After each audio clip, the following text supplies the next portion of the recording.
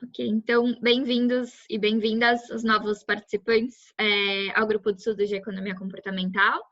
É uma iniciativa que existe desde 2017, que a gente criou enquanto alunos da FEA-USP, mas aberto para qualquer interessados. E a gente se encontra mensalmente para discutir artigos sobre a área de economia comportamental e ciências comportamentais. Então, o intuito é promover uma discussão e ser bem aberto. Então, fiquem à vontade para expor seus pontos de vista, as opiniões e dúvidas sobre o que vocês leram. O encontro de hoje tem como tema um paper recém-publicado do Stefano Della Vigna e da Elizabeth Linus,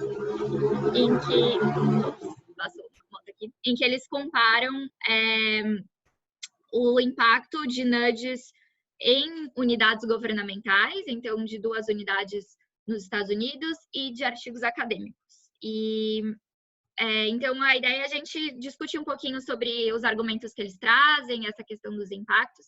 Os últimos encontros foram um pouco focados sobre nudges, boosts e a ética por trás disso. Então, acho que a gente está indo para esse ramo mais de Behavioral Public Policy, então vai ser bem bacana ter um estudo hoje que discute um pouquinho mais impacto desses tipos de intervenções, mais focado em metodologia, talvez. E, bom, eu vou, então, dar um resumão geral e aí fiquem à vontade para ir colocando pontos e dúvidas. Mas, então, os autores, eles comparam os resultados das 2 maiores unidades de nudges dos Estados Unidos, que é dos projetos do BIT, do Behavioral Insights Teams, na América do Norte, que atuam em esferas municipais do governo, e do SBST, que é uma unidade em escopo federal. E aí eles têm centenas de RCT que pegam milhões de indivíduos, vendo também centenas de 165 estudos, e eles comparam com os resultados de 2 estudos acadêmicos que eram de meta-análises do Bernatzi e do Hummel e Mad, enfim, que também junta mais de 100 RCTs. E aí o principal que eles acham é que tem um impacto muito diferente, né? Então, o dos estudos acadêmicos tem um impacto médio de 8,7 pontos percentuais, enquanto os nudges nas unidades de governo têm um impacto médio de 1,4 pontos percentuais. Então, embora tenham um impacto positivo significante, é com uma escala muito reduzida, e isso pode ter implicações bem importantes quando está se discutindo o investimento de recursos governamentais para esse tipo de políticas. Então, acho que o principal é um pouco sobre que eles discorrem sobre as causas dessas diferenças, né? Então, eles mencionam bastante a diferença entre o tamanho da amostra e o poder. Então, de que o tamanho da amostra nos estudos governamentais é muito maior. Então, acho que nos governamentais é 10 mil e nos estudos acadêmicos são cerca de 400. E que também o poder, por ter uma amostra maior, acaba sendo bem diferente.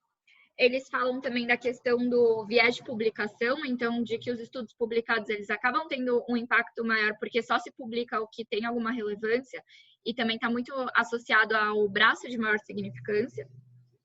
E, por fim, eles também falam das características das intervenções que estão associadas com o que se é publicado. Então, quando se fala em governo, você precisa de coisas que são mais escaláveis. Então, canais de comunicação como e-mails, como mensagens de texto, como cartas, enquanto nos estudos acadêmicos, como também é uma amostra menor, abre espaço para, por exemplo, aplicações pessoais de nudges, o que tendem a ter um impacto maior. E eles fazem algumas análises controlando para esses aspectos e eles veem que essa diferença é explicada por esses 3 pontos, né? Eles controlando para esses aspectos, eles conseguem reduzir o efeito. Alguém quer comentar um pouco sobre o que achou?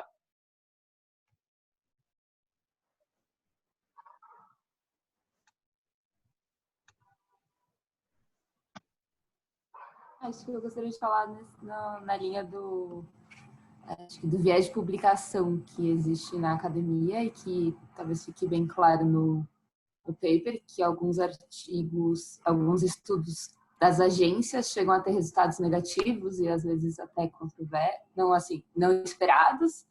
E em papers publicados pela academia é difícil a gente ver resultados publicados negativos ou não significantes. Então, acho que essa pressão que existe dentro da academia de publicação acaba gerando muito desses vieses que ficou bem claro no artigo. Então, achei isso um ponto bem interessante. E aí, de novo, talvez as agências, por terem essa pressão menor, elas batam menos nos dados dos experimentos que são feitos e tentam manipular, digamos, de uma maneira menos do que talvez os estudos que venham da academia. A gente começou a fazer alguns planos, né, de análise e perceber que eu e a Flora, né, em alguns experimentos, e então eu comecei a ler alguns planos que os acadêmicos fazem. Então, antes de você fazer um experimento, você tem que registrar um plano sobre o que você vai fazer. E quando a gente começa a olhar esses planos que estão registrados, aprovados, eles acabam sendo muito vagos, deixam margem para muitas mudanças posteriores, de forma que você consegue escolher um braço de tratamento que depois você vai ver que ele é mais significante, que ele tem um efeito maior. Então, isso acaba que gera um certo viés nos estudos da academia. E é muito legal ver que as agências têm feito estudos sérios e com metodologia muito boa, e que talvez nos ensine ainda mais do que os papers acadêmicos. Thay, um pouco sobre o ponto do poder, eu queria até perguntar para você em relação a isso, mas por que os artigos acadêmicos, contando com essa questão da amostra, mas por que eles definem um poder tão menor? Tipo, como não é um padrão ter um poder maior? É porque às vezes é meio não factível pela amostra que você precisaria ter para ter um poder maior ou para ter um efeito detectável mínimo maior. As agências, e você na prefeitura consegue ver muito isso, têm acesso a bancos de dados gigantescos e conseguem facilmente falar ou implementar experimentos e ter acesso a pessoas, a um número muito grande de pessoas, pesquisadores, às vezes não consegue. Então, hoje mesmo eu estava lendo um paper que era um experimento com uma coisa de transporte. E é isso, eles têm 180 pessoas no grupo de controle, porque eles vão dar incentivo monetário, isso vai ter um custo. Então, acho que a academia tem algumas limitações que são muito facilitadas, são quebradas essas limitações quando você está falando de uma agência governamental que já tem instrumentos. Então, já se mandam cartas pela prefeitura, já se fazem coisas, e às vezes você pode só mexer nesses instrumentos que já existem e gerar algum impacto. Acho que um outro ponto que eles colocaram, e lendo aqui, acho que relaciona bastante com isso, que talvez as unidades governamentais elas estejam mais propensas em aplicar nudges que têm um baixo risco, mas também um impacto menor, mas com o propósito de estabelecer relações com outras coordenadorias e outras secretarias dentro do governo e criar capacidade interna como servidores.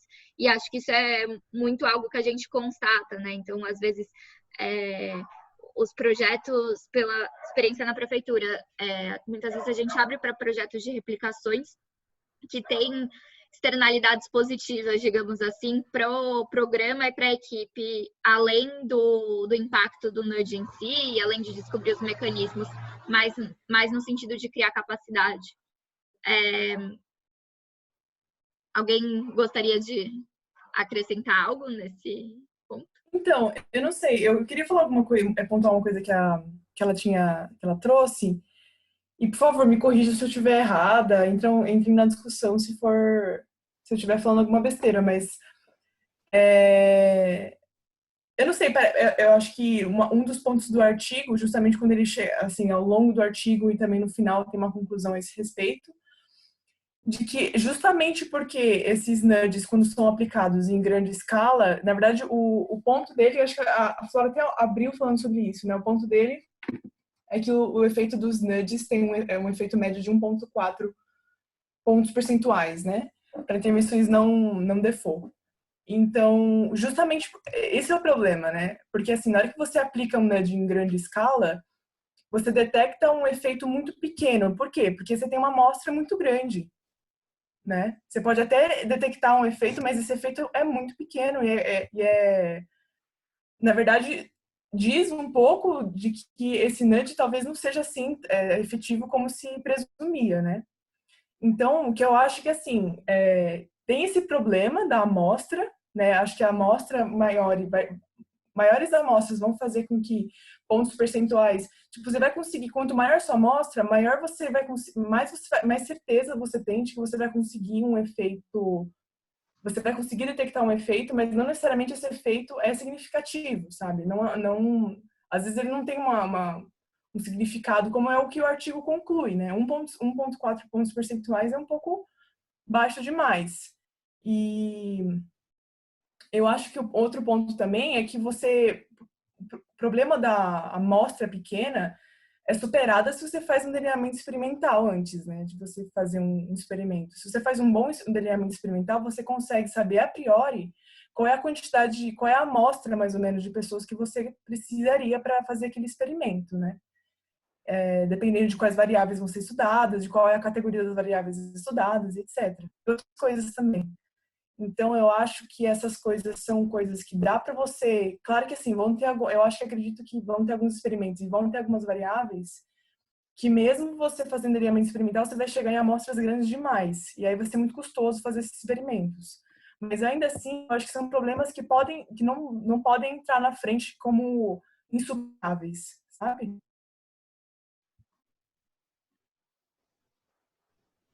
Gente, boa noite. Ficou uma pergunta aqui do que vocês falaram. Então, vocês entendem qual é para vocês, tipo, existe um trade-off entre fazer uma amostra grande e encontrar resultado significativo? Como que vocês veem isso? Tipo, você tem que abrir mão de uma coisa por outra? Ai, quer. Mas Acho que minha conexão tá um pouquinho instável, talvez fique travando, mas Tem problemas. normalmente os experimentos são desenhados pensando em poder, né? Então, não sei se vocês lembram da aula de estatística, que tem o erro do tipo 1 e o erro do tipo 2. Sim, sim. Então, no erro do tipo 1, eu não quero...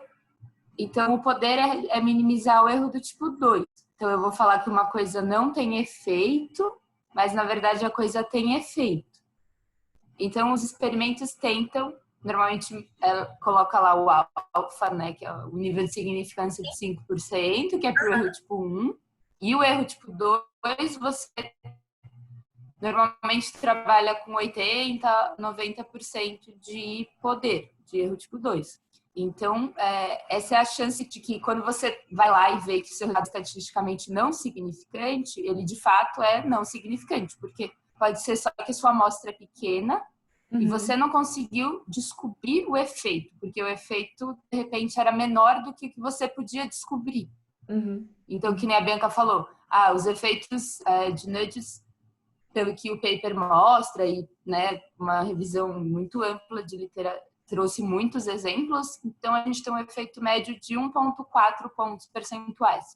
Sim. Então, se no grupo de controle minha taxa de não comparecimento a um evento né, sei lá, a uma consulta é 40%, no grupo de controle, eu consigo fazer um nudge que vai detectar 40%. O efeito do meu nudge seria 41,2, né? Meu grupo de tratamento iria para 41,2, 41,4. Só que eu posso estar com uma amostra muito pequena, que eu só conseguiria detectar se esse efeito fosse 2 pontos percentuais. Então, não é que o meu experimento não teve efeito, é que a minha amostra não me possibilitou descobrir o efeito do meu experimento. Uhum. Mas então, para não chegar nesse tipo de situação, antes é preciso fazer um detalhamento. É porque eu sempre tive muito mais contato aqui com pesquisas quali do que com pesquisas quant. Então, eu tô, Uhum. assim, perguntando coisas, desculpa se soar um pouco tolo. Não, acho que a gente vai, eu também vou falando, quem souber e tiver mais experiência, por favor, complemente, corrija. Eu fui muito aprendendo na prática também, e todo dia aprendo uma coisa diferente. Quando você vai fazer uma intervenção, você precisa desenhar essa intervenção, que era um pouco do que a Bianca estava falando. Então, qual a variável que eu quero medir? Qual que é o mecanismo que eu entendo? Por que eu acho que essa variável é a variável importante para ser medida? Tá, então, se eu vou medir essa variável, hoje, sem um experimento, normalmente, como que essa variável se comporta? Como que as pessoas se comportam em relação a essa variável? Então, hoje, eu tenho ausência de 40% das pessoas que marcam consulta para visitar o cardiologista. Então, 40% das pessoas não vão. Eu quero que elas marcarem e elas não estão indo. Então, eu quero que elas vão. Então eu acho que o mecanismo é porque a pessoa esquece. Então, eu vou desenhar um experimento que vai ser um lembrete, né? E aí eu acho que esse lembrete, então, ou digamos, olhando os experimentos passados, eu acho que o lembrete normalmente tem um efeito de 2 pontos percentuais, 1 ponto percentual. Ou posso usar agora esse estudo para falar, então eu preciso detectar pelo menos 1,4 pontos percentuais. Né? Então eu vou falar, minha amostra, para eu conseguir detectar 1,4 percentual, dado que o meu grupo de controle, né, sem experimento, se comporta com 40% de chance, quantas pessoas eu preciso colocar dentro do meu experimento para conseguir achar esse efeito? Entendi. Essa a questão da vantagem sobre as agências, né? Porque se a amostra precisa ser muito grande, quando você está em contato com agências públicas, você consegue uma extensão maior. A gente vê muito isso quando aqui na UFMG a gente precisa responder questionários, né, para pesquisa, aí você joga nesses programas de estatística e a gente precisa de, sei lá, 500 respostas ou 200, vou colocar 250. É uma corrida contra o tempo, porque muita coisa fica dentro do ambiente acadêmico e é difícil de literalmente empurrar, né, para outros ambientes. Fiz uma reflexão aqui sobre o que eu vivi na Federal, mas é isso, gente. Obrigada, viu, por me explicar. Eu queria também dar a minha opinião. Eu acho que esse 1,4 que aparece de pontos percentuais que aparece no estudo de frente às agências não é um número pequeno, né? Porque é uma média, porque não temos que ter em conta que esse estudo se faz com um número grande de experimentos e que vai ter nudges que funcionam e nudges que não funcionam. E nudges que funcionam muito e nudges que funcionam pouco. Então, acho que o motivo do artigo não é tanto avaliar a eficácia dos nudges, que não seria a metodologia adequada, sino comparar os resultados publicados pelas agências com os resultados dos artigos académicos. Então, eu acho que o artigo é muito potente, não? É muito, pelo menos, sobre todo, claro, a parte técnica é muito complexa, né? A parte ao menos para mim, que não tenho essa prática ou esse conhecimento teórico, mas eu posso acompanhar bem o desenvolvimento do raciocínio e as conclusões. Então, se eu assumo que essa parte técnica está certa, que eu não tenho conhecimento, mas se assumimos que sim, o artigo é muito potente, né? E a principal conclusão dessa comparação é que existe um viés na parte do artigo acadêmico, né?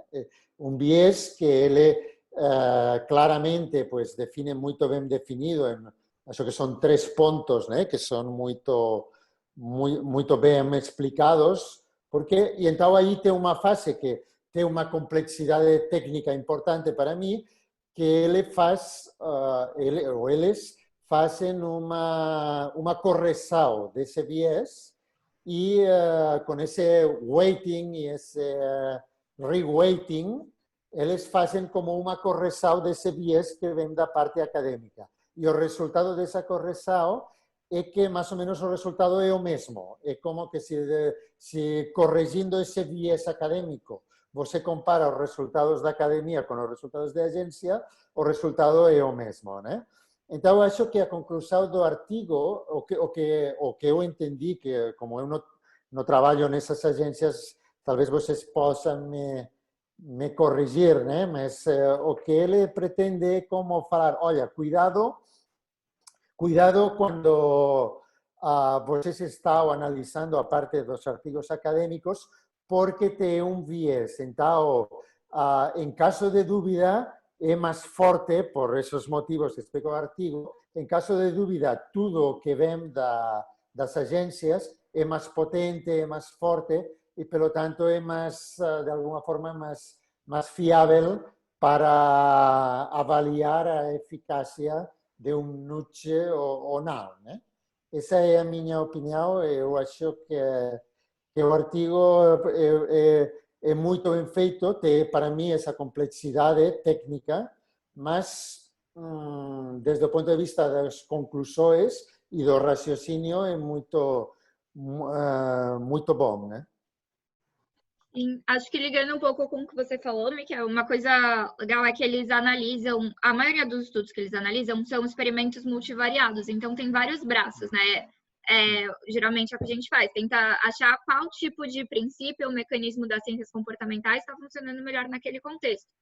E essa média, ela não leva em conta só qual foi o que funcionou melhor, mas leva em conta todos os braços. Então, esse 1.4 é justamente o que você falou, a média, mas geralmente o que vai ser implementado e vai ser escalado e é o que está se tentando descobrir, é o que melhor funciona para isso. Então, não é, esses nudges só vão funcionar, só vai ter 1 ponto percentual de impacto, mas acho que seria até interessante ter uma análise secundária de qual é o impacto médio do melhor braço, né? Para ver qual é o potencial de impacto de um nudge para modificar uma política pública. Fiquei curiosa se teria algum estudo nesse tipo.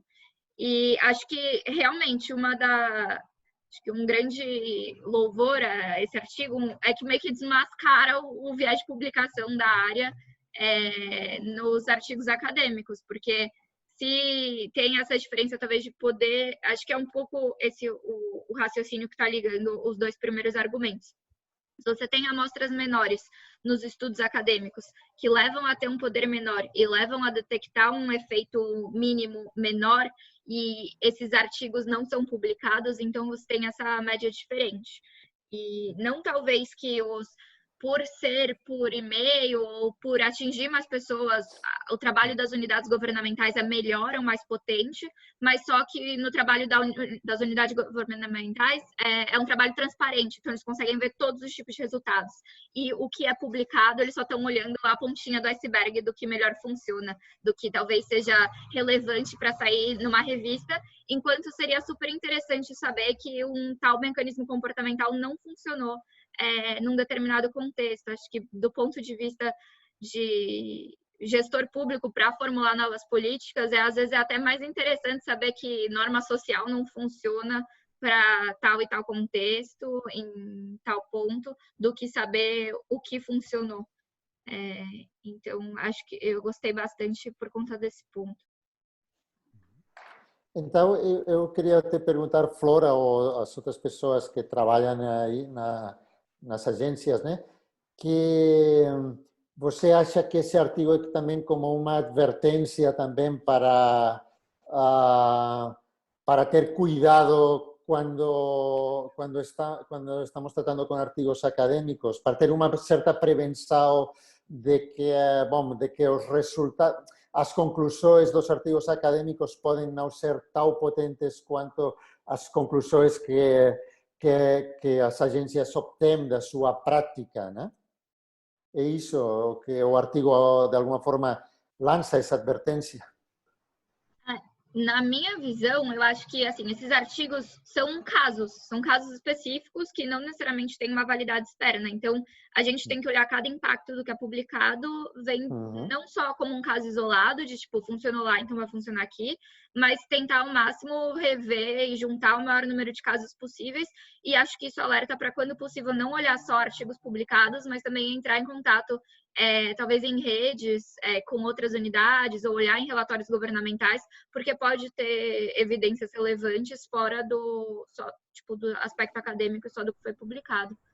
Não sei, Arthur, você tinha tirado o microfone, ou Thay, se quiser complementar também esse ponto. E Rafa, se você quiser trazer um pouco da visão do Rio aí.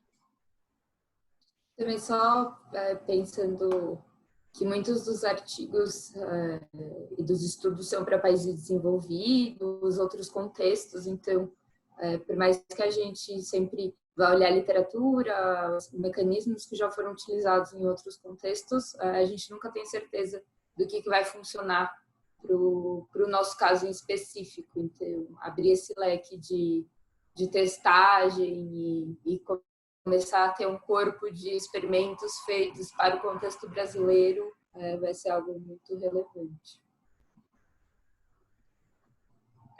Boa noite, pessoal, tudo bem? Estou até tentando participar mais, agora que a equipe aumentou. Ter uma agência, né, trabalhar a NUD, como até a Carol Franceschini comentou na última reunião, tem que ser teimoso, né?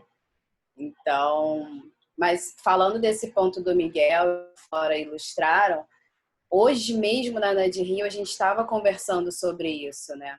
O quanto que nessa experiência que a gente teve da leitura de outros experimentos, né, em outros lugares, e tentar observar a abordagem desenhada e se apropriar para poder trabalhar aqui no Rio, o quanto não foi muito eficaz essa escolha, sabe? Mas uma coisa que super equilibrou foi o fato de que... Vocês vão escutar um barulho que eu estou lavando roupa agora. Desculpa aí, a vida como ela é. Mas uma coisa que super equilibrou foi um olhar para as secretarias enquanto a gente disseminava a importância de ter uma unidade NUD em um governo. Então, olhar para as evidências, os dados, a integridade dos dados dessas secretarias, em alguns experimentos colaborou bastante para que a gente, entre aspas, não se deixasse levar apenas por aquela abordagem que a gente tinha acesso à informação em outros papers. Então, a gente agora vai começar a conseguir publicar essas experiências que a gente teve aqui no Rio. Então, mas até o Sérgio Bastos, que é o coordenador-chefe da NUD Rio hoje, a gente verifica várias situações, né, do tipo de ter necessidade de, durante estar fazendo a intervenção, criar indicadores para a gente conseguir se aproximar de aspectos possíveis de analisar qual o efeito que a gente vai querer medir, se é possível replicar aquilo que a gente está testando, né, está experimentando. Então, tem muitos desafios numa agência pública, que realmente no texto ele não aborda, mas que impacta também essa relação de efeitos e a amostra e processo analítico, né? Quando a gente fala das cartas, do IPTU, a Flora bem colocou em outras oportunidades. No caso do Brasil, a norma social ela não é assim o que mais funciona, né? Então, no caso do Rio de Janeiro, é a ameaça. Então, a gente vai aprendendo, né? São Paulo também, né? Você já comentou. Então, a gente está aprendendo. Eu costumo falar que a gente está montando um avião no voo, né? E sim, a gente busca informações tanto na academia quanto em outras agências internacionais, mas a gente agora está tendo muito cuidado de olhar as fontes de dados tanto da prefeitura, mesmo que não tenha esse objetivo, né, de mudança comportamental, mas olhar as fontes, que informações essas secretarias estão produzindo sobre o cidadão, e também outras fontes, né, como IBGE, enfim. A gente está muito nessa busca também para ajudar a calibrar. Boa noite. Eu não li o artigo, já que a Flora pediu para a Rafa falar e ela citou meu nome. Eu não li o artigo todo, passei só uma vista nele e estou participando aqui para entender melhor do que ele fala. Mas, segundo o que o Miguel comentou, né, eu vejo que a parte estatística, a parte da definição dessas amostras, né, da quantidade, se é pequena, se é grande, né, ela tem que ser levada muito a sério num projeto NUDGE, porque não adianta os cientistas comportamentais ficarem preocupados com as heurísticas, com os vieses, com o contexto, elaborar a melhor solução e isso tudo ser jogado fora porque foi desenvolvida uma amostra pífia, que não tinha rigor estatístico, né? E depois de um belo trabalho, depois de meses de desenvolvimento, jogar isso fora porque o resultado não vai ser satisfatório em relação a um problema que ocorreu, vamos supor, no final do trabalho, que foi uma análise estatística. Então, é um recado assim, que eu dou, que lembro que a gente está muito preocupado na NUDGE Rio.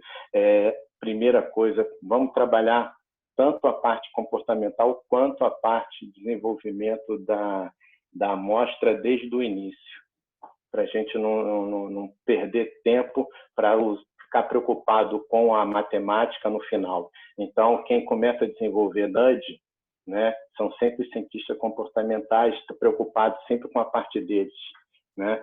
Mas eu acho que a preocupação dos cientistas comportamentais deve ser justamente como eu vou medir esse comportamento, essa mudança. E para medir isso, tem que começar com a estatística desde o início. É o que eu trago aí para vocês, da nossa experiência. Bacana, Sérgio, prazer. Acho que só complementando esse ponto, apesar de no paper isso ser do outro lado, né, a questão do poder, uma coisa que a gente tem observado é que o poder causa uma grande dor de cabeça em relação aos desafios operacionais que você tem quando implementa um teste. Então, muitas vezes, no seu desenho, você calcula uma amostra mínima suficiente para atingir o nível de significância e o nível de poder perfeitos, mas ao longo do teste tem complexidades no processo que fazem com que sei lá, a carta não chegue para todo mundo, ou o que a gente estava vendo hoje, o SMS deu um problema e não foi enviado sem saber, ou os endereços estavam duplicados, e aí, por conta desses desafios operacionais, o seu poder é prejudicado no final. Então, acho que também é algo que, por mais que o desenho seja perfeito, no mundo real tem complexidades aí. Patrick, você quer falar? Acho que você levantou a mão. Eu queria fazer umas perguntas, na verdade, para vocês. Só fazer uma complementação antes da pergunta.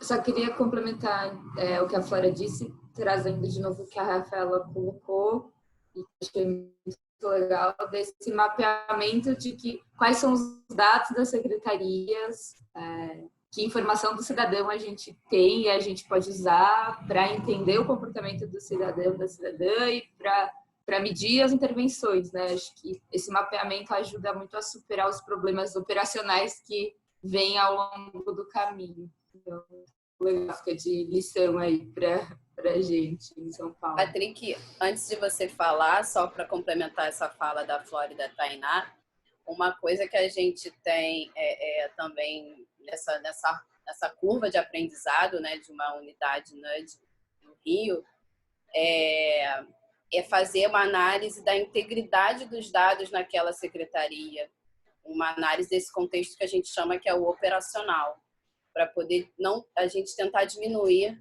esses impactos. Então, a gente também tem muito cuidado, a gente chega a realizar treinamento com algumas secretarias para entender, para sensibilizar em relação à integridade dos dados, quem vai receber esses dados, porque às vezes não é a Ana de Rio que recebe primeiro. Então, quem vai manipular esses dados, quem recebe, como esse dado tem que chegar para a gente. Então, a gente incorporou na metodologia dos experimentos, né, nesse desenho da abordagem, esse contexto operacional e, principalmente, dentro dessa etapa, a gente fala muito da integridade dos dados, que vai envolver que tipo de dado que a gente está trabalhando, quem está recebendo, como vai manipular essa informação quando o experimento acaba, no início do experimento. Então, a gente também precisou olhar especificamente para esse ponto para poder preservar isso que o Sérgio colocou, né? Que agora, inicialmente, os cientistas de dados e os comportamentais ficam bem no iniciozinho do projeto, todo mundo discutindo com a secretaria que está recebendo o experimento junto. E outra coisa também que a gente acrescentou foi a dimensão estratégica, né? Como aquele gestor público que tem na sua secretaria o experimento sendo realizado ou a intervenção, que tipo de resultado ele vai receber daquela intervenção e como aquela informação ela vai ser relevante para a política pública do tema que ele está cuidando. Então, a gente também trabalha a dimensão estratégica. Então, assim, tem muitas dimensões numa intervenção NUD. Patrick, palavra sua, mas muito bacana, Rafa. Eu queria perguntar, seguindo essa linha da validade externa, que acho que a Flora levantou e a Tainá também, o quanto qualitativamente os experimentos diferem no design para os experimentos feitos nas unidades, né? Porque na minha cabeça essa diferença ela é muito importante da forma como o experimento é feito no paper e da unidade. E eu lembrei que no artigo o autor ele faz uma divisão, ele usa o efeito fixo por tipo de intervenção, né? Ele separa o que é saúde, ele separa o que é intervenção em mercado de trabalho. Só que eu fiquei preocupado com a granularidade da divisão que ele fez, porque me pareceu que quando você está comparando um NUD de saúde, que os NUDs podem ser muito diferentes. E se os NUDs são muito diferentes, quando você faz isso, você pode ter um NUD mais rigoroso, no RCT acadêmico até, e se você encontra um efeito alto nele e um efeito baixo, e os dois estão na mesma categoria, a sua diferença automaticamente ela vai dar alta. Então, automaticamente você vai ter um viés de selection bias alto. Então, eu achei muito importante essa parte da diferenciação, porque como você tem pouco artigo, talvez você não consiga granular muito. Você olha lá 100, 200 artigos, parece que é bastante, mas não é, né? Para você fazer uma comparação muito estatisticamente rigorosa. Então, eu fiquei com essa dúvida qualitativa, o quão diferentes os experimentos são. E acho que para além desse ponto que você levantou de área, também tem a questão do canal de comunicação, né? Então, é até meio... eles colocaram que nos artigos acadêmicos tem nudges com contato pessoal, mas até também quanto isso se enquadra na definição de nudge por ser ou não escalável. Não é escalável para não sei, talvez com um servidor, mas claramente tem diferenças aí. Eu acho que uma parte do que você falou, eles tentam até argumentar no texto que unidades governamentais estariam mais propensas a aplicar nudges de menor impacto, de menor risco, por outras questões que não o propósito a magnitude do estudo em si. Mas eu também fiquei com uma dúvida relacionada a isso, do quanto mais uma hipótese, né? Mas talvez os artigos acadêmicos eles tenham uma fundamentação melhor e maior da teoria e dos mecanismos por trás, o entendimento maior, que é algo que a gente até vem discutindo bastante, né? Da necessidade de respirar um pouco, entender melhor quais são os mecanismos que estão influenciando naquele contexto, que talvez, aí eu não sei, e acho que nem deve ter dado para isso, mas que nas unidades governamentais é um pace diferente do passo da academia. Então, você pode ter intervenções menos fundamentadas que podem levar a um impacto menor. E eu não vi, eles falam disso no artigo, eu não percebi, não anotei.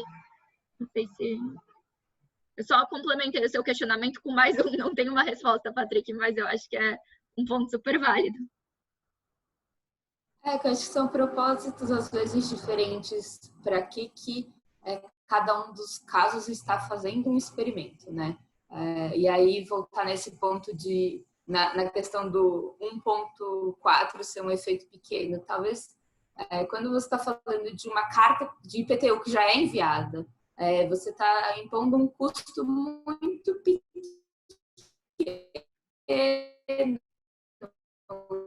praticamente irrisório, de 1,4% na arrecadação de IPTU de São Paulo é gigantesco. Então, pode parecer pequeno, mas é grande, né?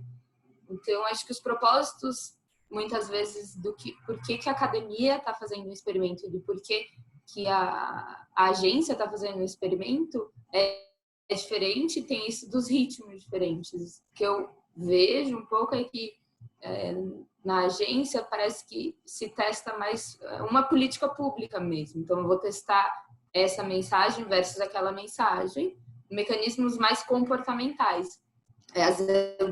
Qual tipo de mensagem funciona melhor? Então, se é viés, aversão à perda, se é norma social. E, às vezes, eu sinto que os papers da academia, eles tentam construir, né, e avançar na teoria que está por trás do mecanismo, não sei, de escolha racional, de escolha microeconômica, tentam criar uma outra abordagem às vezes, sabe? O experimento ele não tem um fim em si mesmo de testar qual mensagem é melhor, mas de informar algo que vai ser usado no modelo teórico depois, enquanto na agência o objetivo é ver qual mensagem vai ser melhor, porque eu vou mudar a carta do IPTU e eu preciso saber qual vai ser a melhor carta que eu vou usar a partir de agora. Gente, vocês estão me escutando? Adriana aqui falando. Sim, Adriana. Enquanto vocês conversavam, eu fiquei pensando em algumas coisas aqui. Deixa eu ver se eu coloco a minha carinha. Tentei colocar minha carinha, mas... Aqui, voltei. Pelo seguinte, recentemente, no meu estágio, a gente tinha que mandar algumas coisas para o Rio. E quando vocês falaram sobre problemas operacionais, é realmente difícil de medir, colocando exemplos. A gente tinha que mandar cartas também para o correio, uniformes, coisas do estágio. E a gente tinha um prazo. E no próprio correio falava assim, nesse CEP, no Rio de Janeiro ou na Baixada, a gente não pode garantir que seja esse prazo.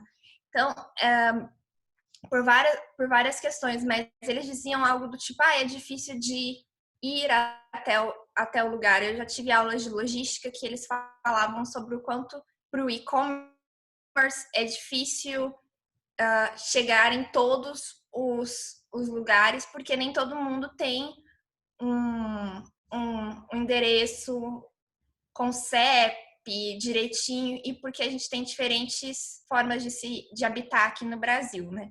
A gente sabe disso. Então, além disso, veio uma outra questão na minha cabeça, que na verdade não é uma questão, é bem um comentário. Eu falando sobre a aplicação na saúde, eu tenho amigas em faculdades de medicina falando sobre... na hora que você está fazendo uma anamnese, você pergunta para o teu paciente se ele tem alguma doença.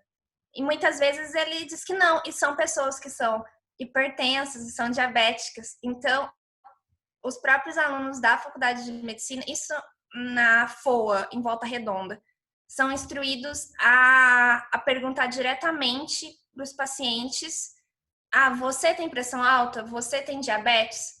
Eu não sei se vocês consideram isso um nudge, mas é porque, por exemplo, nesse momento agora de pandemia, a gente sabe que é um grupo de risco. Mas sempre foi um grupo de risco, que são pessoas que têm tendência a certos tipos de doenças, como AVC, episódios, né? Vocês consideram isso, essa mudança de discurso, um certo nudge?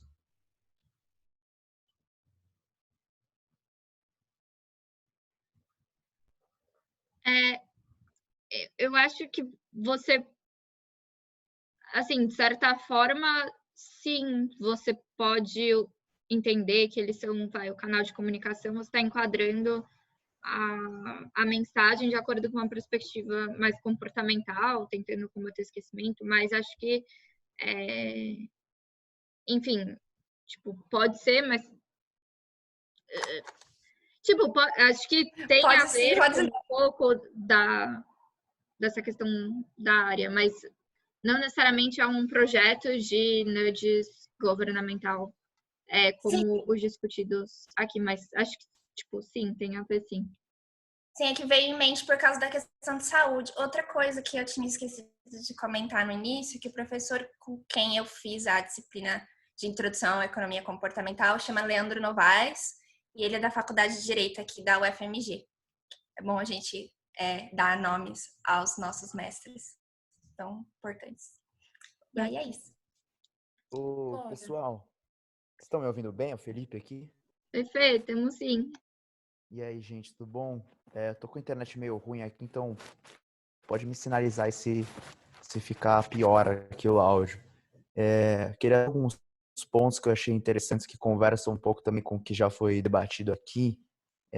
O primeiro deles, eu acho que tem um pouco a ver da questão do viés das publicações de, cara, até por que tá dando 1,4 pontos percentuais aí positivo, né? Onde estão os resultados de influência negativa que acontecem, né? Que a gente sabe até aqui eu trago de experiências práticas no mundo mais corporativo, né? E que eu acho que conversa muito até com o ponto que você comentou, Fló, né? De o quão importante é para a gente, em qualquer nível aqui de implementação, seja em nível de políticas públicas ou até ações aqui empresariais afins, a gente saber dos exemplos que deram errado, né? Das coisas que deram errado e os tipos que deram errado para a gente não repetir o erro, né? Eu sinto muita falta de ver essas histórias, né? De ver esses casos que deram errados e a gente vê esse impacto, acho que mais claro aqui dos dois, tipo, ter um maior das net units, mas ainda assim ambos positivos, né? Além disso, o ponto que até a Tainá comentou, gente, 1,4 ponto percentual é grande, tá? Assim, eu falo aqui das ações que eu implemento com alguns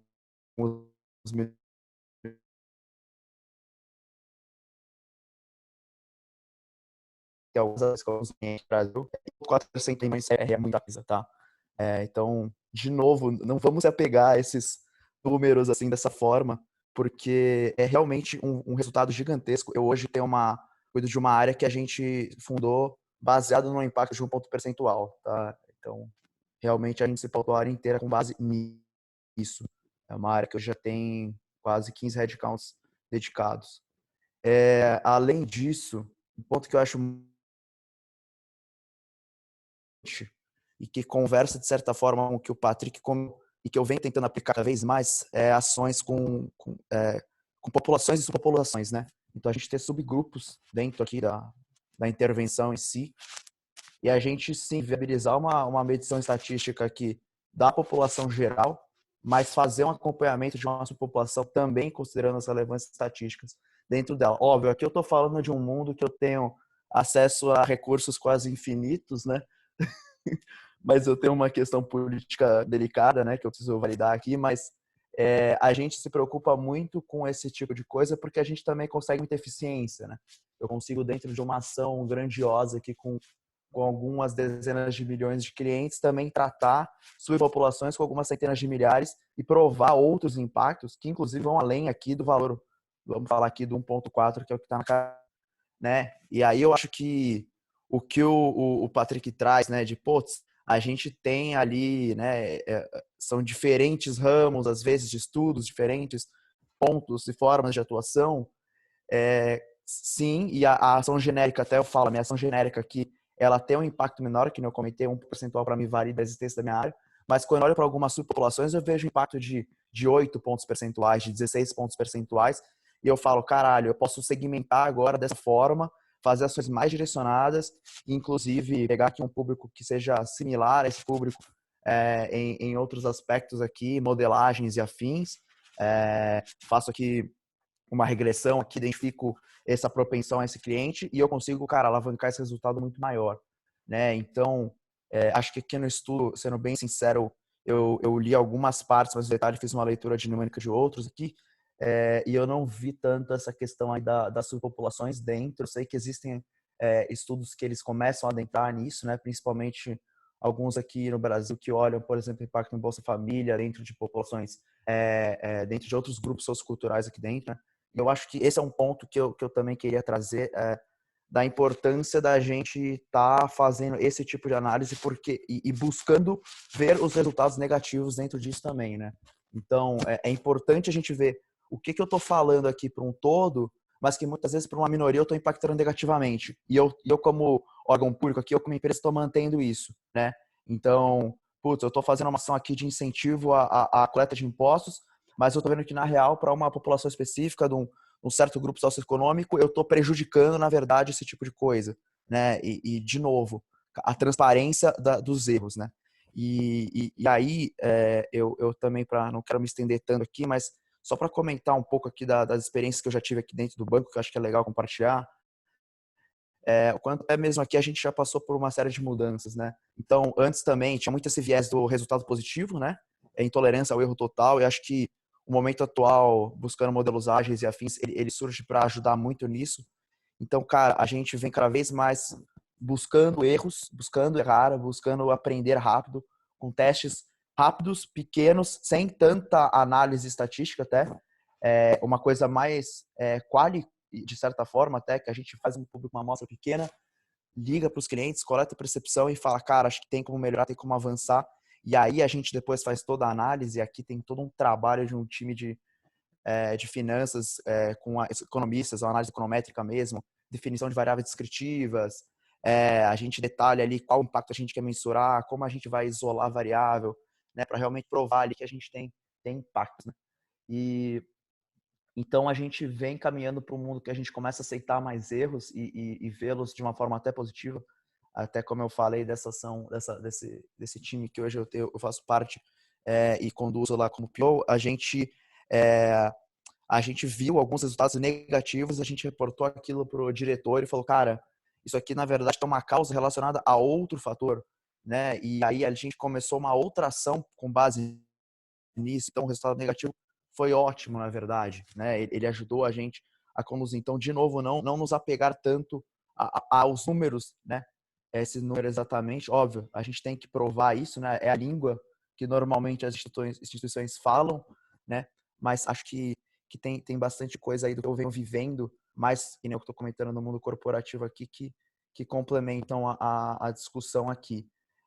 E acho que também só para finalizar, ainda adentrando naquele ponto que acho que conversa um pouco com o que o Patrick trouxe de discussão, o quanto eu vejo diferenças em diferentes produtos, né? Eu já estou em alguns produtos aqui dentro do varejo do banco e, cara, uma coisa é você tocar uma ação relacionada a investimentos, você tem resultados muito diferentes de uma ação relacionada, por exemplo, a crédito cobrança e renegociação. E, inclusive, muito no ponto do que a Tainá tocou, cara, se você tem um custo quase nada para alterar o texto de uma frase que está escrita numa carta e você tá um resultado de meio ponto percentual, velho, isso é um puta golaço, tá ligado? Então, assim, quando a gente até compara em questão de rentabilidade, como que eu tenho rentabilidade num produto de investimento versus, por exemplo, num produto de renegociação, cara, eu tenho muita maior rentabilidade numa renegociação, sabe? Então, assim, para mim, se eu tiver meio ponto percentual lá, para mim já é um resultado incrível, né? Então, acho que só reforçando aqui, trazendo até um pouco mais tangibilização aqui do mundo corporativo, da minha experiência aqui, dos pontos que eu acho que eu destaco dessa pesquisa, que eu acho que também muito irada, assim, até parabéns aí, Fló, pessoal da curadoria aí, sensacional. E é nóis, paz no coração. Bem bacana, Fê. Bianca, você quer responder o que ele falou ou introduzir um novo tópico? Porque eu queria só fazer um ponto relacionado com o que o Felipe trouxe, pode ser? Claro, vai lá. Não, é que acho que você tocou num ponto que é super importante, que é essa questão dos efeitos heterogêneos. E acho que, assim, a primeira leva, talvez a maior parte dos estudos de NUDS focava em efeitos na média e ver o que é melhor, até por como os canais de comunicação são estruturados, mas alguns estudos eles já começam a estudar qual é a heterogeneidade dentro dos subgrupos da população e também juntando com massas de dados maiores, Big Data e novas tecnologias, está começando a se falar em nudges personalizados, ou pelo menos nudges mais segmentados. E acho que isso tem um grande potencial de impacto, né? Você saber qual tipo de mecanismo vai influenciar melhor a depender do segmento e do princípio da população. Na minha opinião, o setor público brasileiro, ou pelo menos em São Paulo, o que a gente vê, falta ainda um pouco de capacidade operacional para a gente começar a conseguir aplicar nudges segmentados. Já é um grande esforço para mudar esses processos que já existem, né? Mudar uma carta padrão e tal. Então, acho que ainda está alguns passos à frente. Mas eu sei, por exemplo, que em Israel, se não me engano, a CAIMA tem feito estudos nesse sentido, e acho que nos próximos anos vão ter bem mais estudos falando dos efeitos heterogêneos. Aliás, tem até um de tax compliance no Quênia que eles estudaram. É bem bacana. E só com um pouco na linha do que você falou, tem um outro paper que saiu, que eu li para esse encontro porque relacionava, do Damgard, aquele que você me marcou, Tainá, que faz meio um sumário da década de nudge. E aí ele cita 5 tipos de efeitos que são importantes da gente olhar quando está falando de aplicação dos nudges. Primeiro, essa questão de efeitos nulos para os outcomes primários, que às vezes aparecem, mas são subreportados. Segundo, a questão dos efeitos heterogêneos, que é isso que você falou. Também os efeitos de nudges repetidos. Efeitos de spillovers, que não são pretendidos, né? Então, essas externalidades, será que o nudge, afetou positivamente isso, mas teve impacto negativo em alguma outra questão? E aí também os efeitos no bem-estar social como um todo. Então, apesar da gente estar aplicado o nudge, será que teve uma externalidade negativa? Será que teve um custo negativo? Será que teve algum outro custo além da implementação? Então, acho que são todas questões super relevantes de meio, não críticas, mas de pontos que são importantes também de serem mensurados, sem ser só o outcome primário, que em geral é observado nos RCTs. Acho que era isso.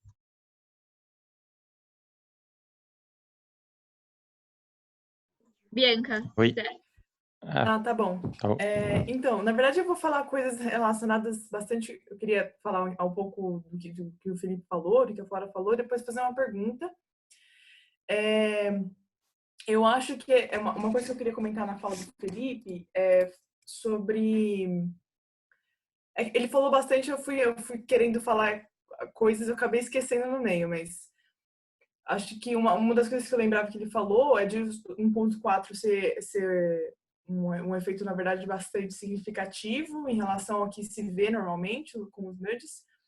Eu acho importante notar que eu acho que eu continuo batendo na tecla de que não é, e de que, na verdade, isso é uma das coisas que eu trago normalmente quando eu vou discutir sobre nudges, de que isso talvez esteja dizendo de que a gente está partindo de um modelo errado para fazer nudges, do que um modelo, por exemplo, baseado no ambiente ou nas...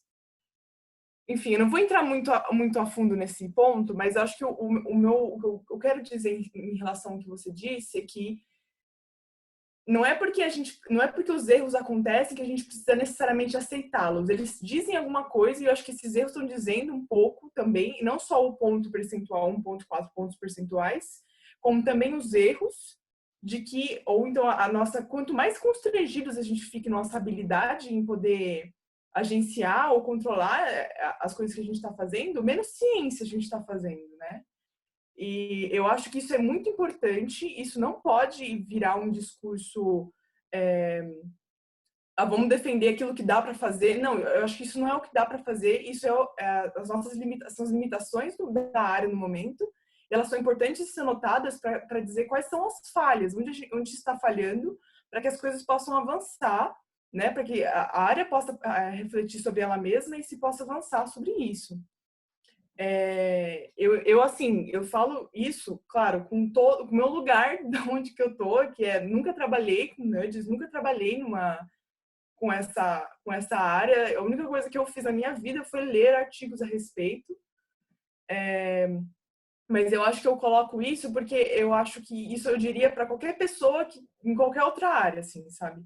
Eu acho que erros, ou então os pontos percentuais, começar a defender que isso é muita coisa, eu acho que continua não sendo, como não seria para qualquer outra coisa avaliada, sabe? Se você estivesse fazendo uma intervenção.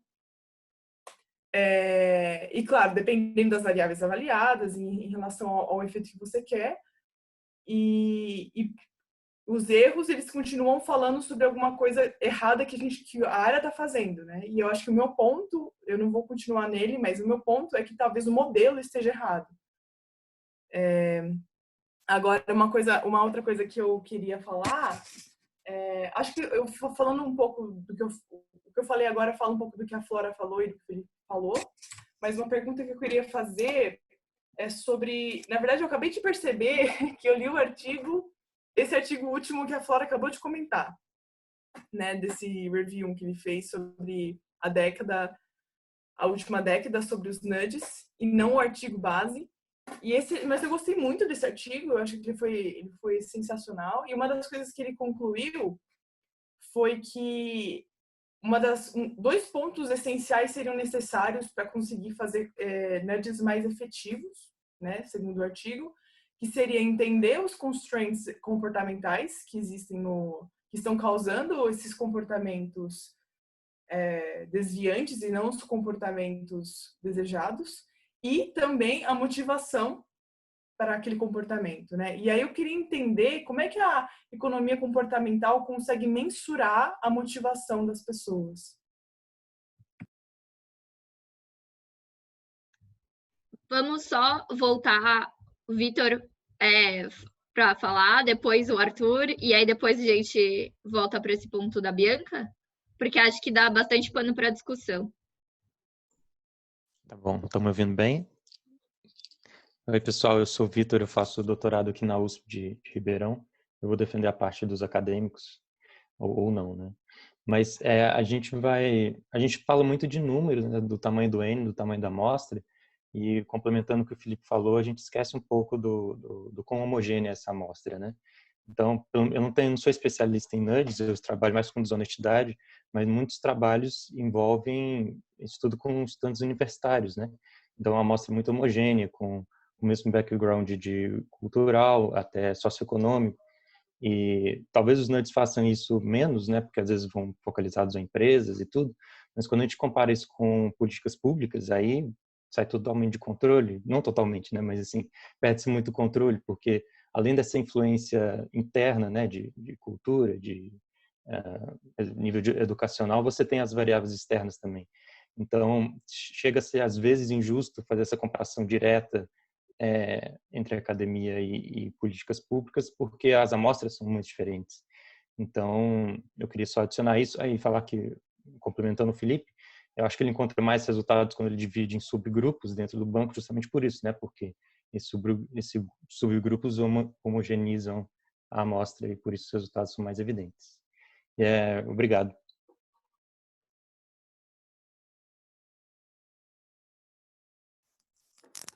Bom, eu tinha anotado um monte de coisa para falar, mas vou ser breve porque está todo mundo querendo conversar e isso eu acho ótimo. E até porque vários pontos vocês já falaram, inclusive esse do Vitor é o que eu ia falar.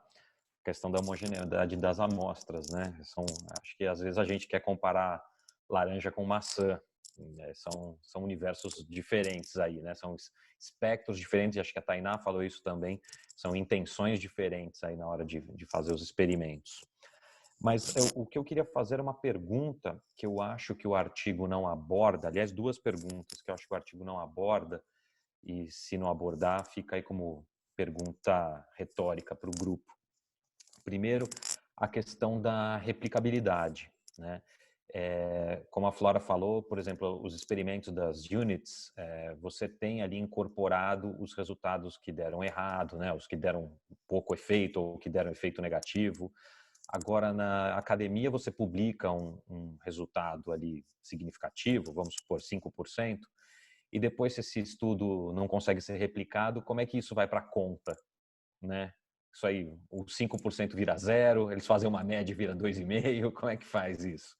Então, acho que eu não sei como é que eles fizeram a metodologia aí do efeito dos papers acadêmicos. Uma vez que ele não é replicável, o que acontece com o efeito dele? For the record, tá?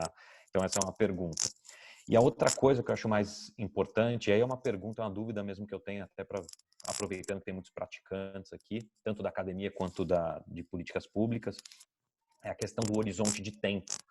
Porque o que eu conheço mais da parte acadêmica é que os experimentos eles são feitos por um tempo curto, né? Você normalmente tem além da amostra ser pequena, você tem alguma certa pressão para publicação, enfim.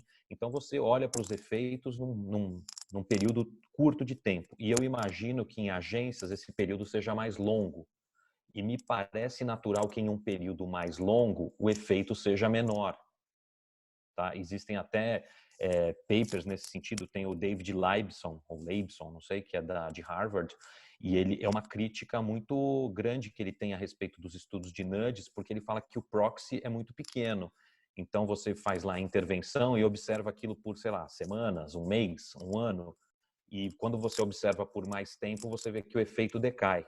A crítica dele, por exemplo, é a questão do Save More Tomorrow, né, do Automatic Enrollment, que é um case que todos nós usamos aqui como um grande case de sucesso de nudges, né, o Save More Tomorrow, e ele analisou que ao longo dos anos a curva de quem não foi nudgeado se aproxima muito da de quem foi nudgeado. Então o efeito é muito pequeno, chegando até a não ser significativo.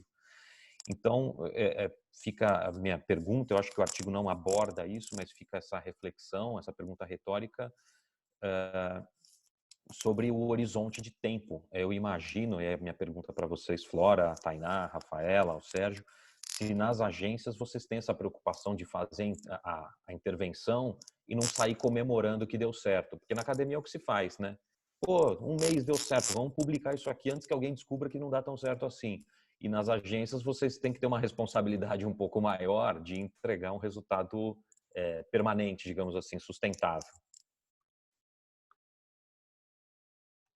Sim, acho que vou, então, fazer minha fala complementando as questões que a Bianca e o Arthur trouxeram, mas primeiro, esse ponto da sustentabilidade do nudge, né? Então, de quanto tempo o efeito permanece no tempo é super relevante. Tem até críticas que falam, será que o efeito foi, de fato, devido ao mecanismo comportamental que se supõe a essa hipótese, ou há uma mudança? A atenção. Será que quando você coloca uma imagem na carta, ou quando você muda o formato, coloca um cabeçalho, será que isso por si só não causa uma mudança? Depois a pessoa se acostuma e volta ao comportamento normal? Então, é super importante. E, enfim, só com uma anedota engraçada, no nosso primeiro projeto aí, que foi de arrecadação do IPTU, a gente demorou tanto para conseguir os dados de resultado, que a gente só analisou 3 meses depois, então, de certa forma, o impacto já foi comprovado mostrando que era sustentável no tempo. Porque, enfim, acho que em alguns efeitos eles observam 3 meses e 6 meses depois, então a gente pegou no T 3 meses após. Mas acho que é super importante ver não só tipo, se o lote do experimento ou o que for do piloto deu certo, mas também depois que você conseguiu escalar e implementar a intervenção de fato, será que esse efeito, será que teve a mudança, né? E quanto tempo essa mudança se perpetua. E aí um pouco no ponto, naquela questão que a Bianca trouxe, acho que até também, Tainá, se você quiser colocar esse ponto que você fez no chat, mas tem um pouco isso, né, dos nudges eles terem como proposta serem intervenções com um custo muito baixo. Então, o retorno de investimento delas compensa, por mais que tenha um impacto menor. E aí tem essa questão de, será que o impacto... qual é a margem de mudança, dado que é uma intervenção pequena e de baixo custo? Então, será que grande parte desse comportamento ele está sujeito a causas mais estruturais? Então, pegando o ponto do pagamento de impostos. Se 50% não paga, será que desses uns 45% não paga porque não tem dinheiro? E aí 5% não paga porque esquece, ou porque acha que os outros não pagam, ou porque, enfim, as causas que estão dentro dessa margem de influência de comportamento. Então, em alguns escopos, você já teria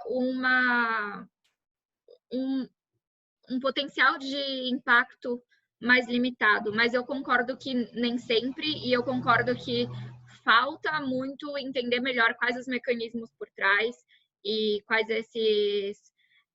o que está motivando o comportamento nesses casos. E aí, em especial, eu acho que isso vale não só quando se fala de nudge, porque às vezes o nudge ele tem uma limitação um pouco menor, mas em entender quais são os determinantes do comportamento e como cientistas comportamentais atuando em políticas públicas, quais outros tipos de ferramenta e outros tipos de intervenções são mais eficazes no contexto. Então, saber responder se aqui é um nudge, ou se aqui é uma regulação, se é um mandato, se é uma proibição, ou se tem que mudar a estrutura, se tem que mudar os incentivos tradicionais.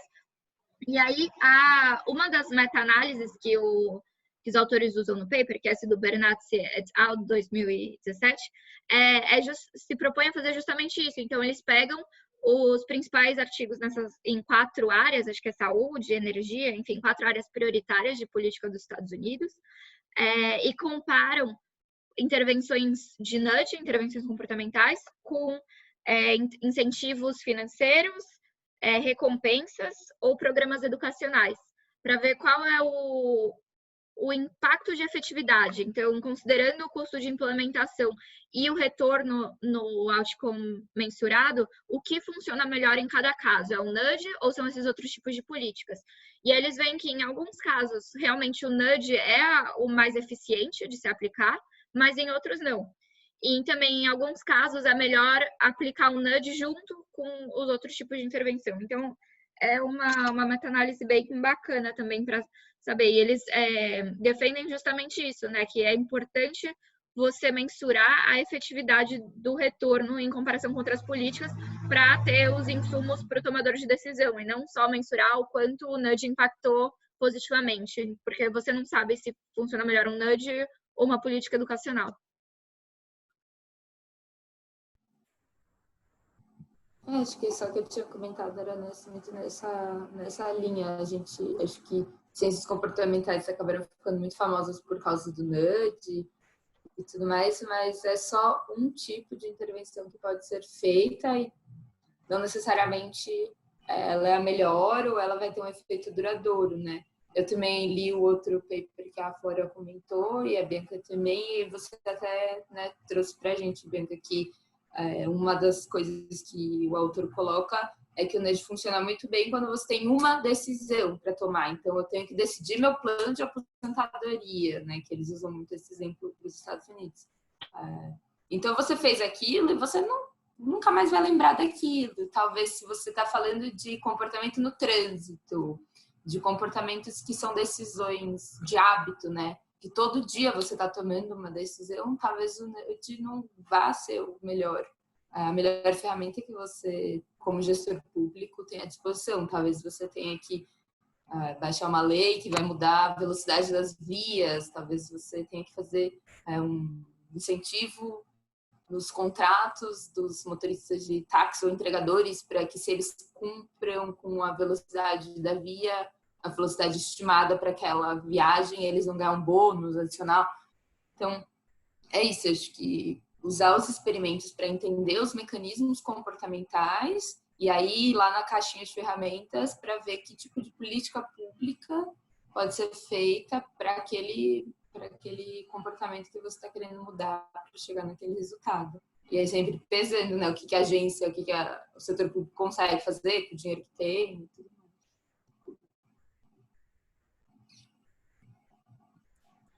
Acho que só complementando um pouco o que a Flora trouxe, a Tainá, uma experiência que a gente tem muito assim na NUD Rio, respondendo um pouco o que o Arthur comentou, é que as cartas do IPTU, que já é um NUD sabidamente reconhecido que a NUD Rio faz, anualmente a gente precisa defendê-lo.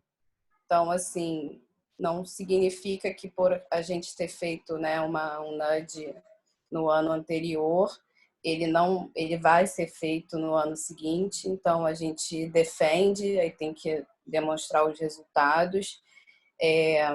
Às vezes, os resultados trazem outras reflexões, como aumento da arrecadação versus redução da inadimplência, o que a gente vai tratar agora.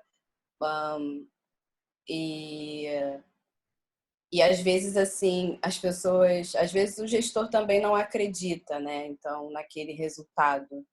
E até nessa questão da validade externa, da replicabilidade, o gestor político ele impacta um pouco nessa análise, né? Nas informações que a gente precisa captar para entender se aquele experimento a gente depois vai conseguir replicar. Então, faz parte desse rol de informações da validade externa, pelo menos na NUD Rio a gente tem considerado isso, essas visões que os gestores têm sobre determinada política pública. E a gente tem tentado utilizar o NUD como uma ferramenta dentro de políticas públicas maiores. Então, tem o IDEB, né, que é o índice da educação básica, né, no Brasil, e cada município tem uma nota, né? E aí a gente avalia em quais pontas, digamos assim, poderiam ser feitas intervenções para melhorar essa nota do IDEB na educação do Rio. Então, é aquilo, tem algumas estratégias que a gente também cria para o experimento ser elaborado, ser criado. E o Felipe estava falando dos resultados, né? Eu não sei, trouxe o exemplo do corporativo, eu não sei também da autonomia da publicação, acho que nas agências públicas a gente também sofre esse impacto, da autonomia da publicação dos resultados que não são positivos. Então, isso é uma questão. Em relação a que a Rafa estava falando, né, muito mais centrado na questão do IPTU, nós fizemos o primeiro experimento, né, verificamos qual foi a carta mais efetiva e partimos para a larga escala, né? E o que é interessante é que na larga escala nós também fizemos o experimento. Ou seja, o experimento de IPTU, NUD, é contínuo. A cada experimento, aquela carta suposta mais eficiente, ela vai ser parte do nosso grupo de controle no próximo experimento. Então, aquela carta mais eficiente é a carta enviada, né, em larga escala. E uma pequena parcela é isolada para que a gente envie cartas com mensagens distintas, para a gente verificar justamente se no tempo, né, aquela carta do ano anterior ou do mês anterior, ela está sendo ainda eficaz para aquela população. Então, no nosso experimento lá, ele larga escala sempre tem um grupo de tratamento. Nós estamos sempre experimentando. Outro ponto que é interessante também, que dependendo do tema, é muito difícil a defesa do grupo de controle.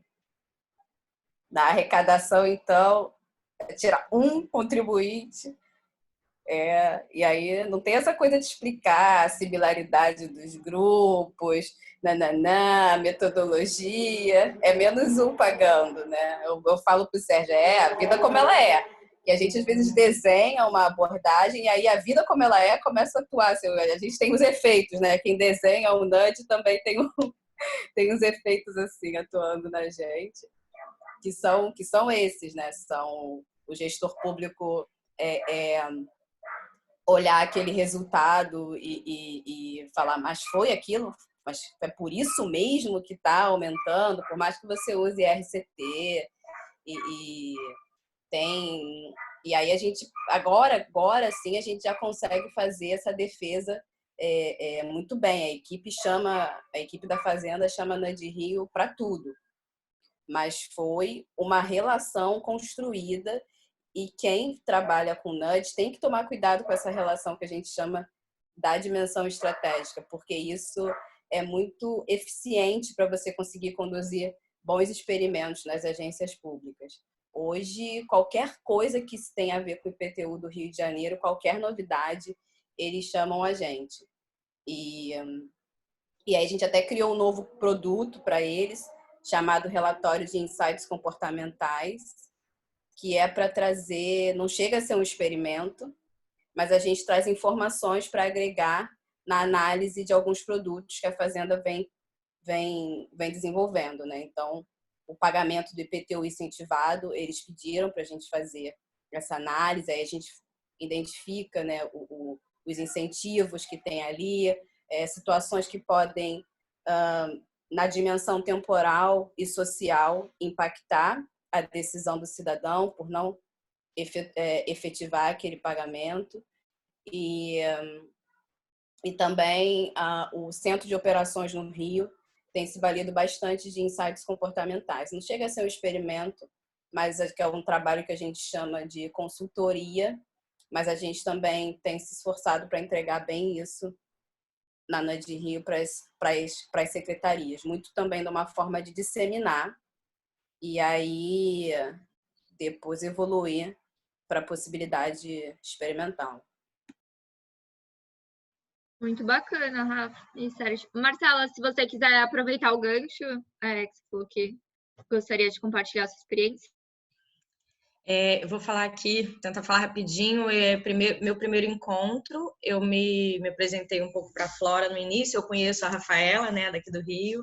Eu trabalho aqui no Estado, no governo do Estado, não trabalho numa Nudge Unit, eu trabalho como área meio e cheguei aqui assim interessada pelo assunto. Não sou cientista comportamental, mas estou começando a estudar o assunto e estou tentando aplicar algumas coisas, meio mambembe, né, testando. Acredito que daqui a pouco eu vou estar espantada com não deveria ter feito dessa forma, mas começando e estudando. Eu comecei a aplicar com a equipe depois de um curso que eu fiz com a Vera Rita, eu fiz a Psicologia Econômica e Arquitetura de Escolha. Eu trabalho com área meio, então é um pouco mais difícil também, e a gente está com um problema que também é mais a longo prazo, que aí foi quando vocês estavam falando uma política um pouco mais complexa e não é uma única decisão. Nós lançamos no ano passado uma política colocando a obrigatoriedade de um plano diretor de tecnologia, e aí é difícil, né, das áreas fazerem. A gente estava com pouca aderência, e aí com algumas diferenças, alguns nudges que fomos colocando. Agora, o que eu senti o maior impacto foi colocar um ranking. Mas eu sei que isso a longo prazo não vai ser o suficiente. Com um ranking, em 2 semanas, nós já tivemos uma mexida nesse ambiente que estava... Quem já tinha esse plano, que é um plano complexo, quem já estava com ele mais estruturado, conseguiu. E aí fizemos a forma de escrever o e-mail, de mandar mensagem, né, o WhatsApp, e mexer no relatório.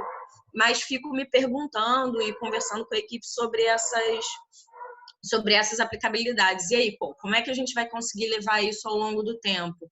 O que mais que a gente vai conseguir colocar?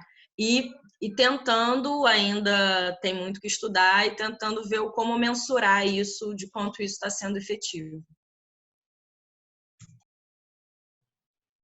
Bem bacana, Marcela.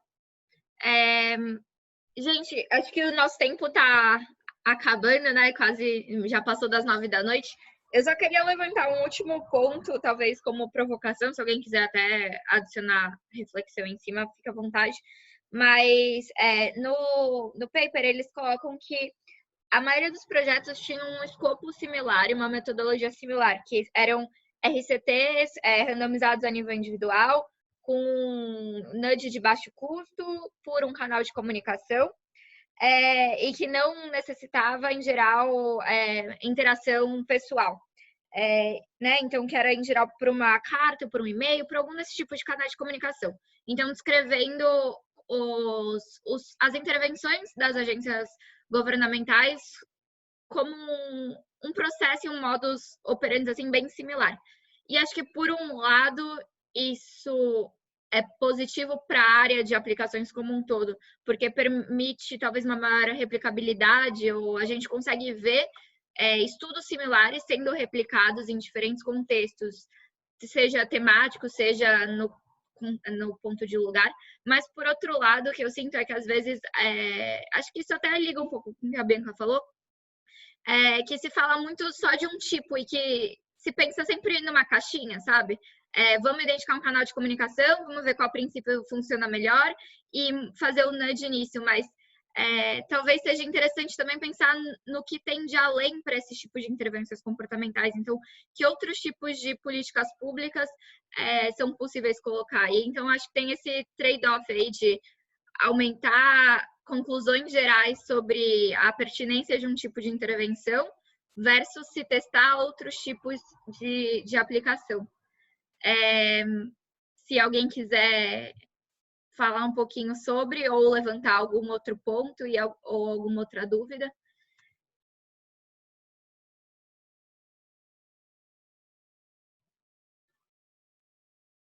Não? Ok.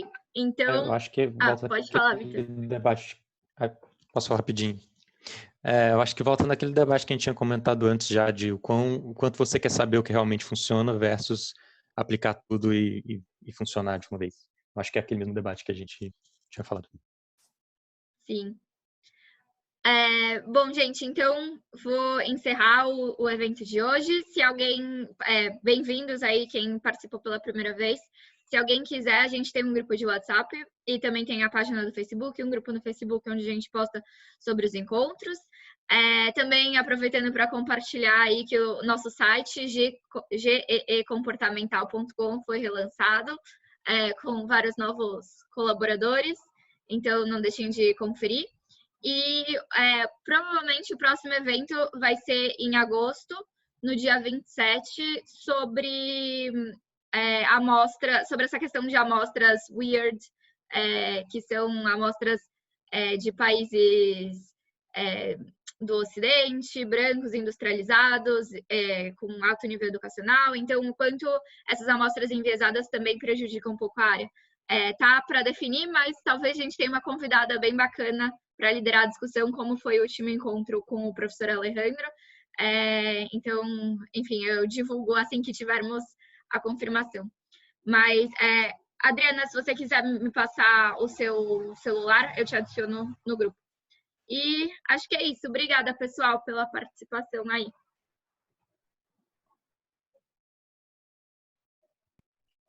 Obrigada, gente. Até mais. Valeu, Boa noite. gente. Valeu, boa noite. Tchau. Obrigado. Boa noite. Tchau. Parabéns, parabéns.